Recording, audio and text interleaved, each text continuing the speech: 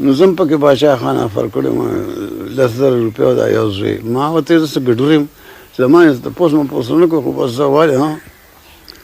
نو هغه چې مونږ ټرینمنټ وکړو هغه فرسټ ایډ مې د کور دی راله جوړې کړلې هغه پټۍ تړل سټریچر بیا کې داسې به زخمي اوچته وی او داسې به وړی هر څه مو کړل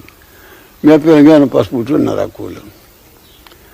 نو د هغې پورې هغه بند کړ چې امان الله خان کوټې ته لاړ بیا کوټې ته مې بابا ویله لاړ ورته چې ته راځه مونږ سره اشنار کې دیره شه او مونږ به دلته کې د دې مونږ به هم سړي ولیږو دې قبایلو ته او ممندو کې حاجي صاحب د تورنګ نو زموږ رشته دار هم دی او مشم د خپله هم دی نو د ممندو لښکرو کې نو تابع په تخت کې نو هغه ورته وایي چې زه د خپل تخت دپاره د یو پښتون وینه یو څاڅکي وینه تویول د کفر ګڼم او بس زه به اټلي ته لاړ شم او دغه نو بس هغه بیا د میشن پاتې شو بیا ما ته جامع ته لاړ شم بس ما ساتیاګرۍ مې شروع کړه نه ځم هېڅ چاته نه ځم جامع اظهر ته لاړ شم نه مولا کېږم نو بیا کاکا مې ته وایي چې پرې داسې ژوند دې خو ولې خراب کړو خو چې اوس په دې اخره خو زده کړي نو لنډن ته ولېږلم نو هلته مې یو مولا کره ولېږلم نو هغه سره مې یو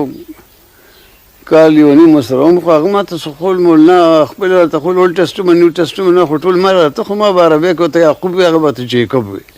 ما به یوسف وي هغه به جوزف وي نو بیا د هغه ځای نه بیا پاسپورټ واخیست د هیډ ماسټر صاحب د عثمانو د هیډ ماسټر په هغه لاس لیکلي د سرټیفیکټ چې د لسم پاس کړی دی او فلانې فلانې ژبې ولې ورتي و دا دې غري په هغې زه د امریکې یو یونیورسټۍ اکسپټ کړم هلته کې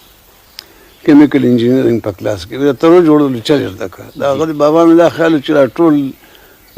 زمونږ د وطن دا څیزونه چې دي نو دا پیرنګیان را میټیریل وړي او هغلته کې فینش کینګ لی راکړي نو هغه وایي چې د هر یو قصب د خپل خاندان نه یا د خپل پښتنو کې یو هلک ولیږو ډاکټر صاحب یو زوی ټریننګ له ولېږه مدراس ته هغه راوتښتېده او ما ته اطلاع شوه ترو چل زده کړه نه څوک خبر چې ترو په کارخانه 100 روپۍ لګي نه چې د دې څه چل دی دا خو چې خو هېڅ نه د ښځه وې د خدای په حواله وه نو هغه زه لاړم امریکې ته کالج کې وم هغې کې ما یو څو کاله تېر کړل هغه دغه چې اخري پریکټیکل صاحب پاتې شوه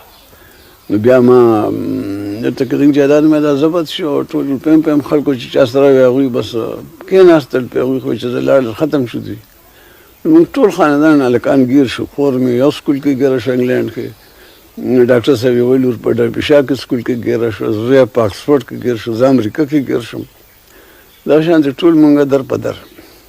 خو خیر هغه ډاکټر صاحب دوی چې زما 2 کاله مشر وم هغه بیا